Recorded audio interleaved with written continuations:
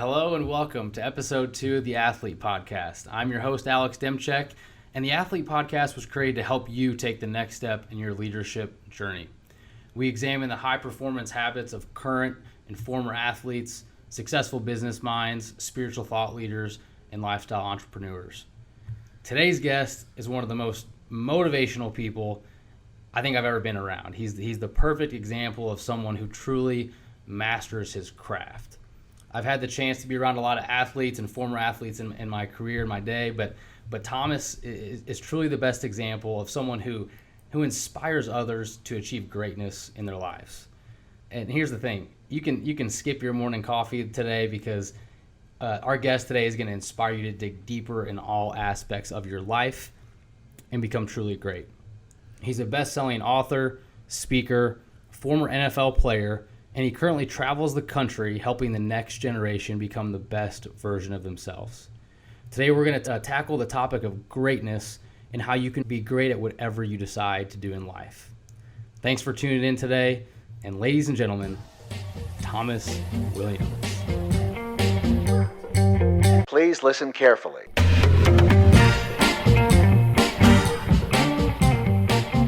Super excited about our guest today. One of my friends, someone that I look up to, Thomas Williams, a guy that travels all across the country, keynote speaker, an ambassador for the NFL.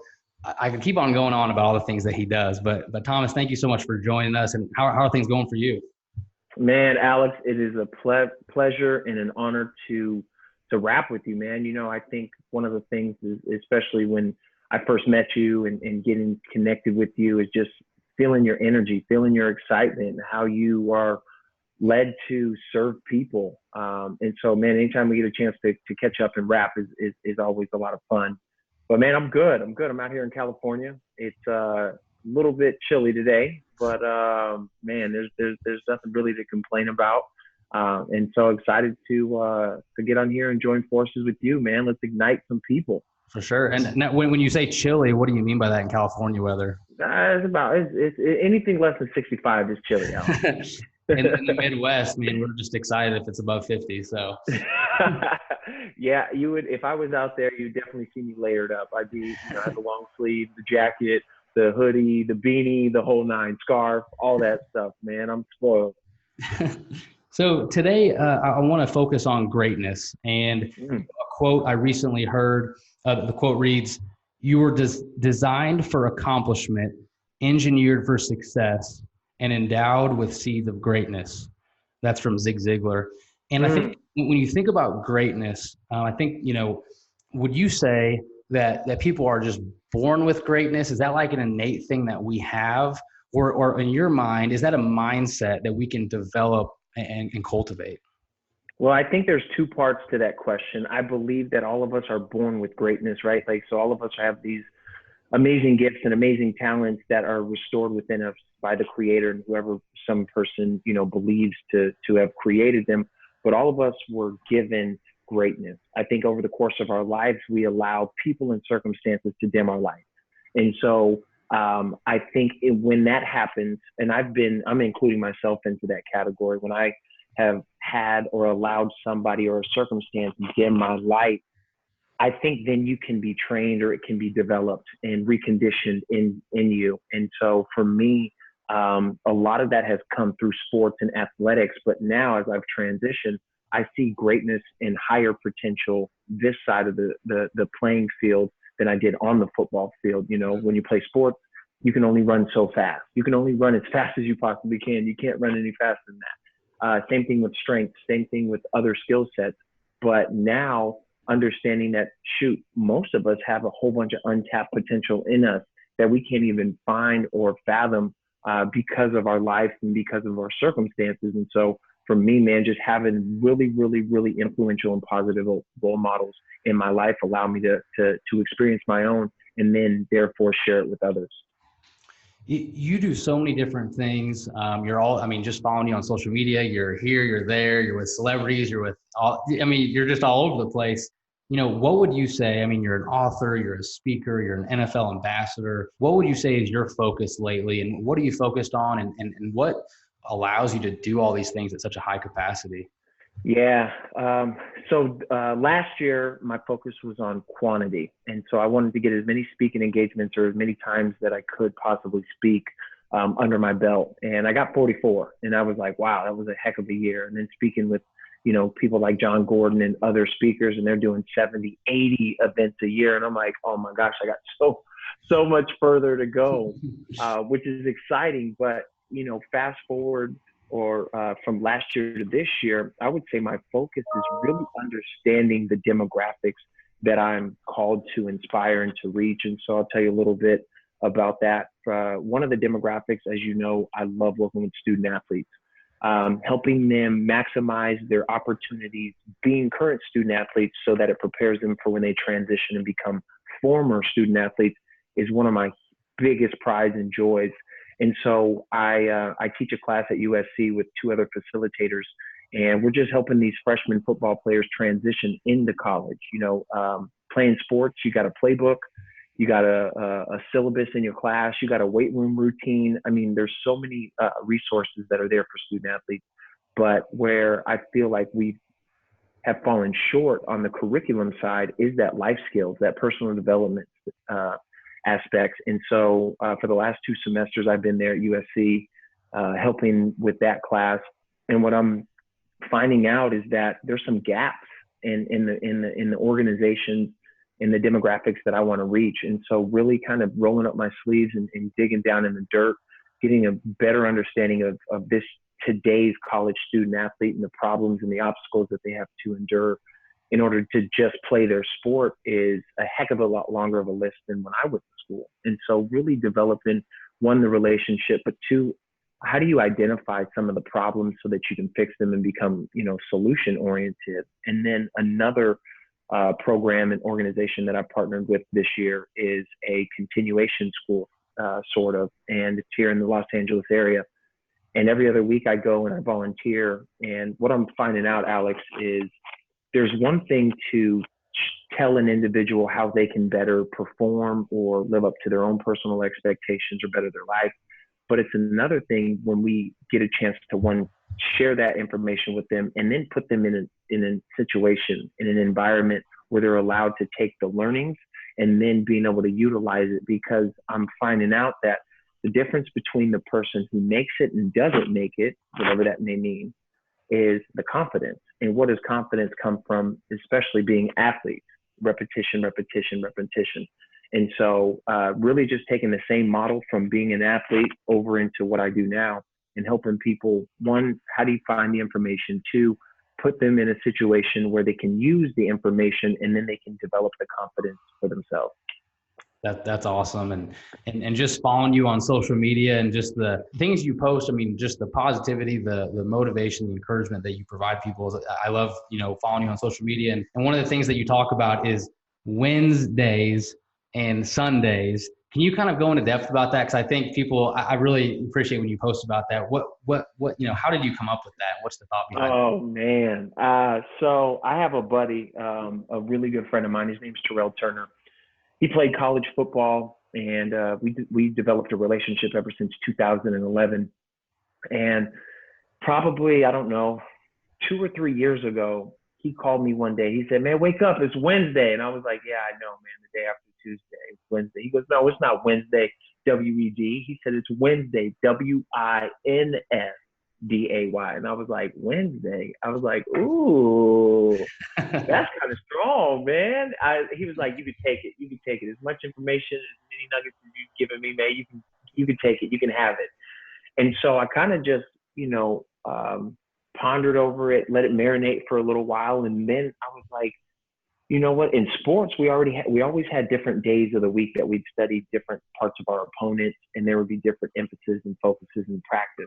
Whether it was turnovers, whether it was no repeat, whether it was walkthrough, whether it was competition. I mean, all of those days had a specific meaning where the monotony of the actual practice never entered into our minds. And so what I've done with the Wednesdays is it's just kind of like that, injection of inspiration again. Mondays come and some people are excited, and then Tuesday, then you get to Wednesday, you're like, when's Friday coming? And then I'm like, you know what? No, if we're going to be great, greatness isn't just like Monday, Wednesday, Friday, or whenever you feel like it. Greatness, I believe, is every day that ends in a Y. I say that all the time. It's just all the days that end in a Y, that's the days that we're supposed to be great. And so Wednesday is kind of my way to, again, impart that wisdom and that mindset on whoever's following. And just so, hey, it's winning. We're winning today. This isn't hump day. This is not just trying to make it through, make it over the hill. We're going to win the day. We're going to dominate. We're going to bring all of ourselves to this moment and everything that calls for our attention. And then the same thing about Sundays is SUNDAZE is just being in the days, whether it's hitting a hard reset on your mindset, getting ready for the next week to come ahead. If you got to disconnect from your electronics or you have to disconnect from TV or maybe you just go outside and you say, hey, I'm spending all day outside, under the sun, so to speak. And obviously living here in Southern California, we get a lot of that. So just again, wanting to share that with the world of, hey, this is how I try to decompress. Here's how I try to take a time out because being an entrepreneur, working for yourself, working with a whole bunch of people and organizations and just life in general can become overwhelming. It can become overbearing and you're like, can I just get a break? And it's like, yeah, that's your Sundays. It's your Sundays. Get a break on Sunday. That's all. That's inspiring. And you're the author of 2 books, Permission to Dream and The Relentless Pursuit of Greatness. So just quickly to break those down, what was your motivation behind those books and what doors have those opened for you in your career? Wow. Yeah, the first one, which is my baby, Permission to Dream, the inspiration behind writing that book was I was at a speaking engagement one time, and I'm sure that, like you get so many great questions and so many people want to connect with you. And then there's other people who your message that you shared connected with them so well and it resonated with them. And you want to do more. You want to impact them more, but you know that you're only one person and your time is very limited. And then there was this one individual who raised their hand and said, you make it sound so easy. But that's easy for you to say because you're in the NFL or because you've made X amount of dollars or because you went to so-and-so school. And I thought I said, wow, people have missed the whole point. Or what am I doing what am I doing wrong that people aren't getting the whole message that I didn't just fall here. It was through trials and tribulations of life. And it was through hardships and it was through, perseverance and not quitting and giving up. So my underlining inspiration for writing Permission to Dream was to share the story. For me, one of the hardest things that I had to deal with in my life was being biracial. There's 2 identities. Like, am I black? Am I white? Who can I relate to? Who can relate to me? That was hard growing up without my dad in my life. That was hard. Being made fun of because of, the clothes that I wore or because the money that we didn't have or just everything, and so I wanted to put that into a book so that all readers can identify with, hey, your struggles don't have to be the end of your story. That's actually where you get your strength from. And I have this thing right now is that, your pain becomes your power. And that's really where I wanted to be able to drop that knowledge and nugget for the reader for Permission to Dream.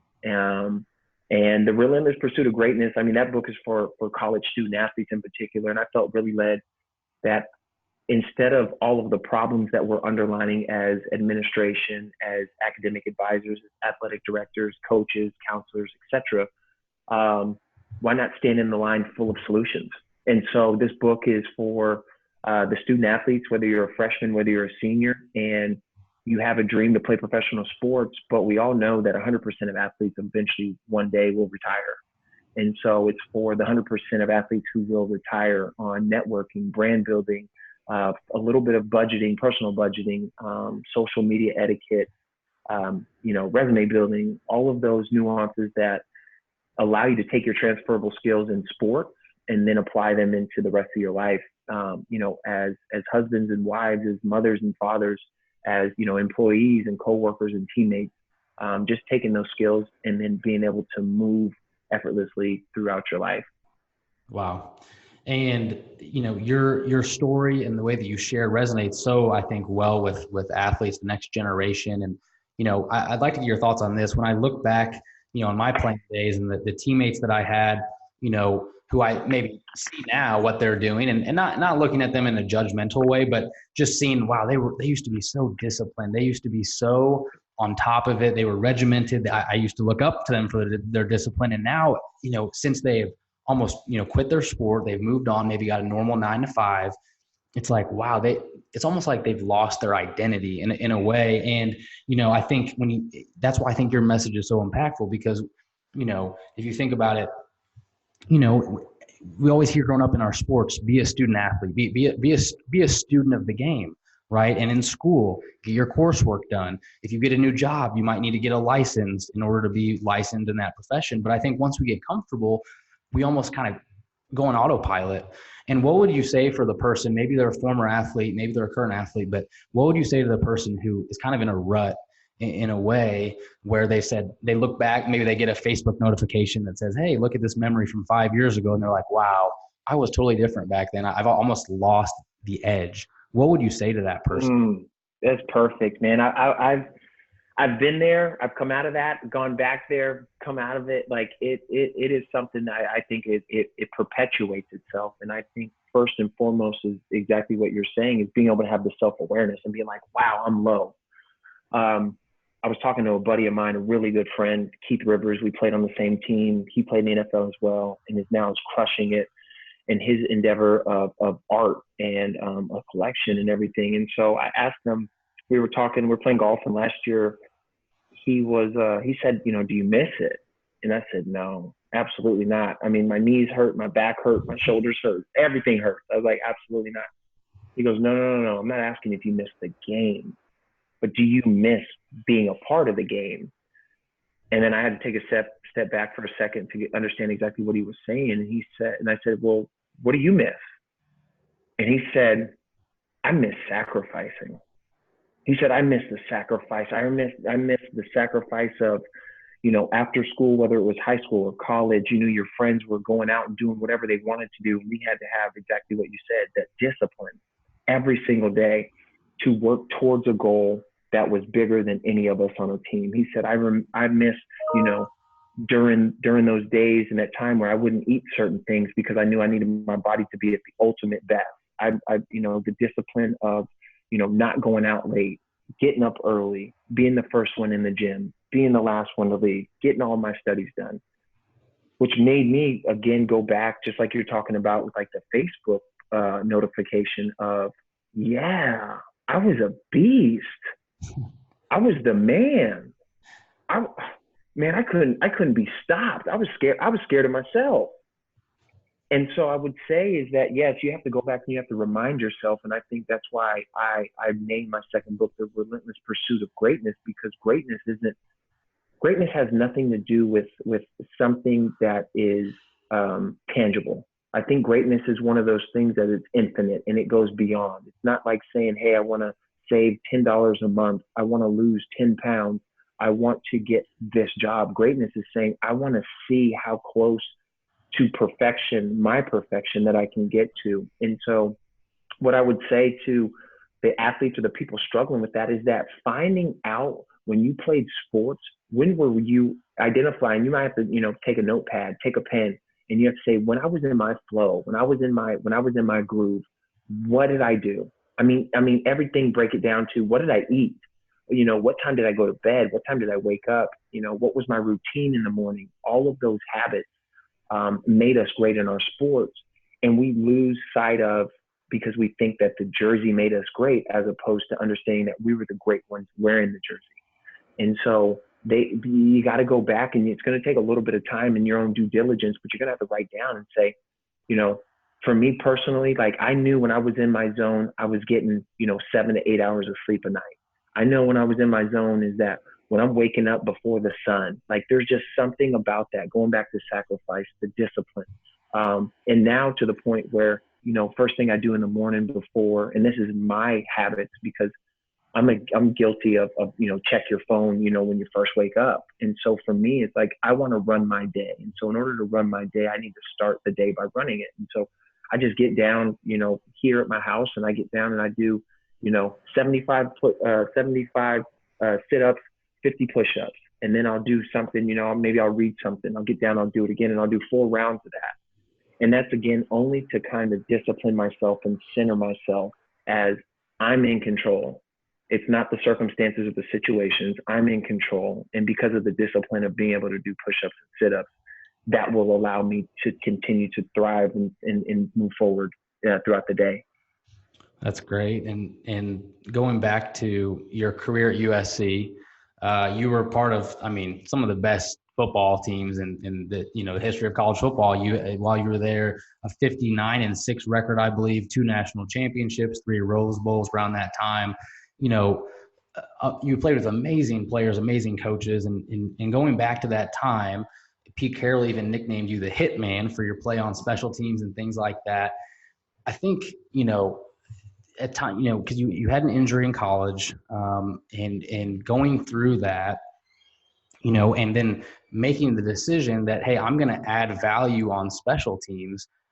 A lot of guys, whether you follow football or not, a lot of guys would look at that and say, no, I'm better than that, or I'm above that. And I think even young professionals go into their work saying, man, I got to make 100K my first year, or I need a promotion, almost that entitlement, but you didn't have that in college and in the NFL. And I guess, what would you speak to, like, that you were going through during that time? Because obviously there had to be moments that were tough for you. How did you navigate that and deal with that in college? Man, I say, find out what other people aren't willing to do and master that. I mean, and that's where I kind of got that from. Understanding that my coach in college, my linebacker coach, Ken Norton Jr., gave me some of the greatest advice that is applicable to today, even though I haven't played sports in 7 years, but it's still applicable if, find out what other people don't want to do and master that. And that will be, differentiation between you and somebody else. And when I was playing, of course, I wanted to be the starter. Who would not want to be the starter on the number 1 team in the country, playing in national championships, playing in Rose Bowls, being seen by millions of people every single Saturday. And I just remember redshirting my first year. And then I had these big goals, these big aspirations. Like, I'm going from red shirt to starter. And my coach said, Thomas, how many plays did you play last year? I said, none. He said, all right. So what about if I can guarantee you can play at least 1 play a game? Would that be better than last year? I said, of course.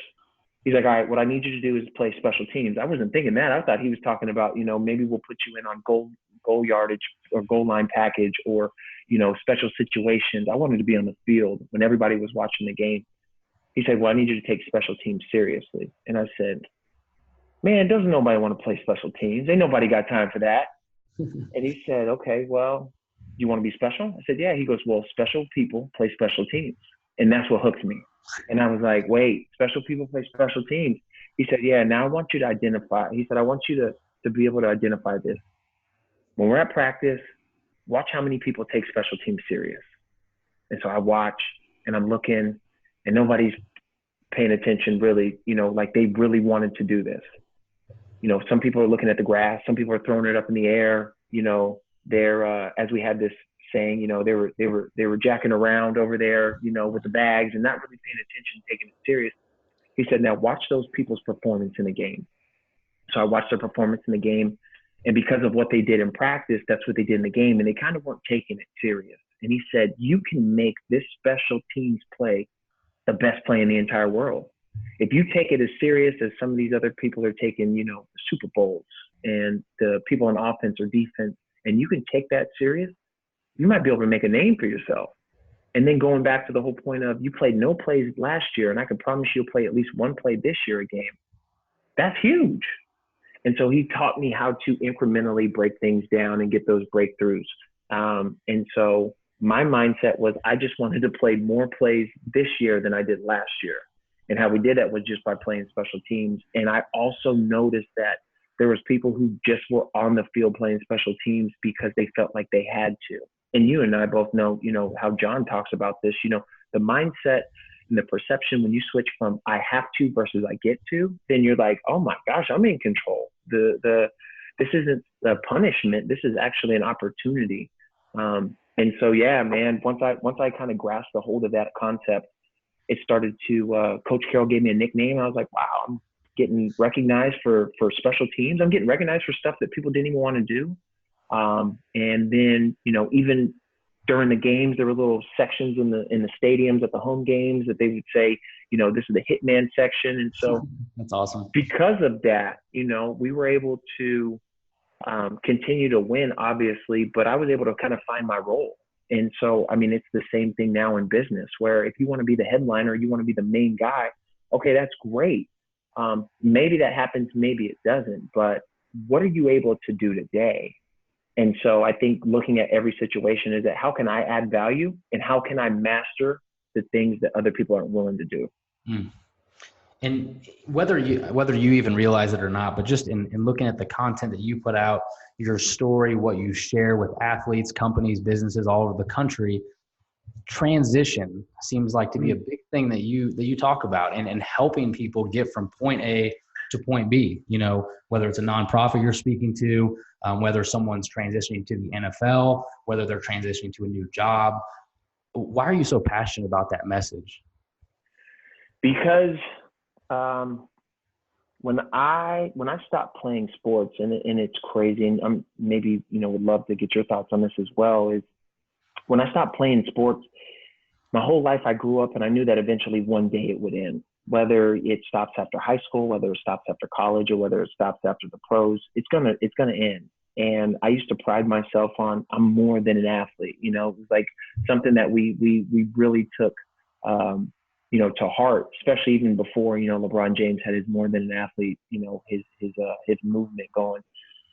But I don't think I truly believed those words because it was so difficult for me to transition. And it was the hardest thing I had to do, going from everybody can't wait to talk to you, whether it's friends, family, people who you've built relationships with. They can't wait to talk to you during the season. Who are you playing this week?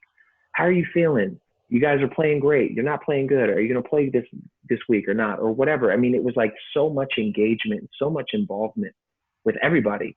And then when you stop playing, those conversations end. And there's not as many people who are, quote unquote, willing to help you as you thought going through the journey. And it's a very lonely time, and it's scary. And it doesn't matter if you're transitioning from a stay-at-home parent to now you have to go back out and get a job, or you're transitioning from you've worked for 40 years, now you're retiring. You've gone to college for 4 years and now you're looking for a job. It doesn't matter. The word transition is, I think it's meant to elevate us, but instead it really holds us back because we're so accustomed to the comfort zone of the life that we know. And a lot of times we'll stay in an uncomfortable situation no matter what it is, because we are for certain this is the outcome. But if I step out into the ocean and the ocean is just endless and it keeps going and keeps going, I don't know what that outcome is going to be like. And so I think I used my pain and my uncertainty going through that journey, and I wanted to help other people because I know that I wasn't the only person that was going to be faced with that. A lot of friends who played sports, they're transitioning out now, and so really being able to be a resource for them and to be in ears, it makes me feel good that I didn't just go through that for my own good, but I went through that transition so that I could learn some teachable moments, some teachable tools, and then being able to pass those along to other people. And, in 2008, in the NFL draft, there was 154 people chosen before you, but as the 155th pick in the 2008 NFL draft, what was it like to finally realize your dream and to be part of the NFL? So many people aspire to play professional sport. What was that like for you? Oh man, it was a beautiful experience. You have your family there. They've taken you to all these practices, all these games, all these other events, and they're sitting there watching the TV with you. And then the phone rings, and then the head coach calls. The general manager gets on the phone and says, "Hey, we're selecting you with our next pick." And it's just one of those surreal moments. And a funny story is, I remember about 15 minutes after kind of all the commotion and everybody's on their own cell phones taking pictures and doing that whole thing.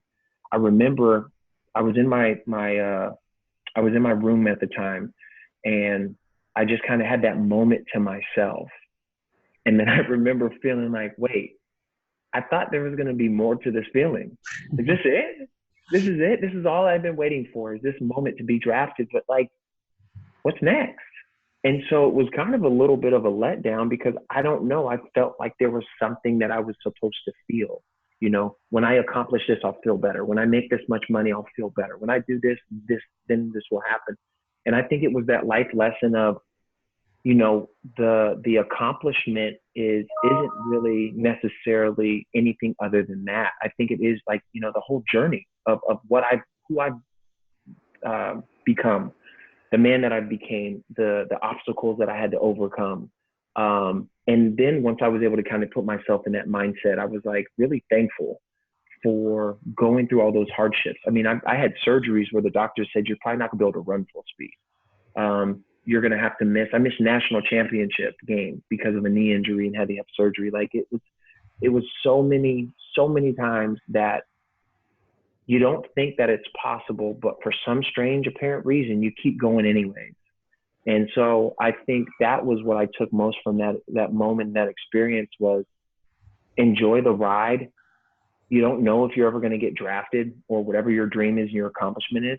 So get real comfortable with the journey, the day in and day out tasks. Enjoy those things, because if you don't, that's the only thing that's for certain. Going to practice, going to weight, going to film study, going to treatment, going to class. Those were for certain. The NFL, maybe it happened, maybe it didn't. But if you don't take care of what you need to take care of in those moments, the outcome will never take place. And if by chance, if it does take place, you might not be as prepared as you would have been if you would have actually been engaged and present during the journey. I think there's a lot of wisdom to what you just said there. You know, I've heard Tom Brady say after he won all these Super Bowls, he said, you know, I've done it all. He's married to a supermodel. He's won all these Super Bowls and all these great things, made all this money. But he said the same thing as you. There has to be more to life than this. Jim Carrey, he said, I wish everyone in life could be rich and famous so they could figure out that that's not what it's all about. And I think there's so much wisdom in what you just said there, that there's more to than just, you know, climbing the ladder of success and then finding, okay, and not your situation, but in certain situations, is the ladder hanging? Is it leaned up against the wrong building? And I think that's a great question to ask ourselves. And, you know, I know you've been involved a lot with helping and giving back. You have a nonprofit, Pursuits of Greatness. Can you tell us a little bit about that and what made you want to start that? Yeah. But also mentioning, you know, those are so, like, those quotes that you just said, like, those are so powerful. Because there's so many times, whether it's the Jim Carreys, whether it's the Tom Brady's. I mean, obviously Tom has made the amount of money. He's going to the Hall of Fame. He's, arguably one of the best quarterbacks to ever touch a football, but he still keeps coming back, you know? And I think that inside of saying that, it's that his meter's the only meter that matters. Nobody else. It's not what the, critics, what the fans, what the writers, what the coaches, what the teammates say about him. There's something that's unfulfilled inside of him that brings him back every single time. A buddy of mine asked me, I retired first. He retired maybe 2 years later. And he said, when did you know? Like, when did you know that it was time to retire? And I said, well, in my case, it was, I got juked on a play in practice. And this is weird. I don't know if I've ever told a story. So if I got juked on a play in practice, and I just remember feeling not defeated, but depleted. Because usually in the past before that, if I get juked, I can't wait. Let's do it again. Let's do it again. Let me get one more crack at it. And I was like, I don't even care. I didn't even care that the guy juked me. I didn't care. And unfortunately, later on in that practice, I suffered my second neck injury, and that's what kind of, wrapped it up. But I just knew at that moment I was content. I was good. I had made it, so to speak. So I think those are huge pivotal points that people need to understand, that you'll know. Don't take anybody else's word for it or anybody else's advice telling you that you need to shift the direction. You'll know. And I think Tom Brady is still, pursuing that. And the same thing with Jim Carrey is that he knows that the answer wasn't to make as much money as he has, or even probably make many films. I think it was the joy in the process of his art. So I got off on a tangent. That's The whole thing with my nonprofit, so Pursuits of Greatness, is for college student athletes that we get them custom tailored suits, male or female, so that when they go out into the job work world, that they, one, have a new uniform that represents their transition. And then it also is one of those things where if you have all the skills that most employers are looking for and they train for, but you might not have the proper attire, you might not have the proper equipment or the uniform. So if we can put you in the proper uniform, you have the skills, then you just, now all of a sudden you're in the door. But so many of us get judged based off of how we look because we're in sweats, a hoodie, looking like athletes. But unfortunately, there's a new uniform that you have to wear when you transition, and it's not going to necessarily be your jersey with your name on the back and your number on the front. And so, yeah, we started in 2016, and over the years, we've worked with universities and then also individuals, helping them get suits so that when they go to a job interview, they feel good. I mean, you think about how many times you put something on and you just feel comfortable, you feel good, like you're walking a little taller, your talk is a little bit more crisp. Everything is makes you feel better. And so, why not look the part that you ultimately want to have? That's so cool. And how would you say that you define greatness? When you think about greatness, in your words, how would you define what greatness is? I define it simply as obstacles overcome to obtain it. And what I mean by that is that, if, for example, I got to the NFL and I feel like I was a great football player, not because of how fast or how many games or tackles or any of that, because I just did not quit and give up. Like, no matter how it looks. In high school, I was, everything. In college, I was pretty good. But it wasn't until I got to college and the adversity kicked in that made me feel like I had arrived at greatness, because I didn't quit. I didn't allow something to deter me from, my mission, my focus. Now, I won't tell you that I never wanted to. I mean, I just simply looked for that next person outside of myself who believed in me. And I would always ask, hey, am I on the right path? Do you think I can make it? And I would always come to the same person, my coach, and he would say, it don't matter if I think you can make it. The question is, do you think you can make it?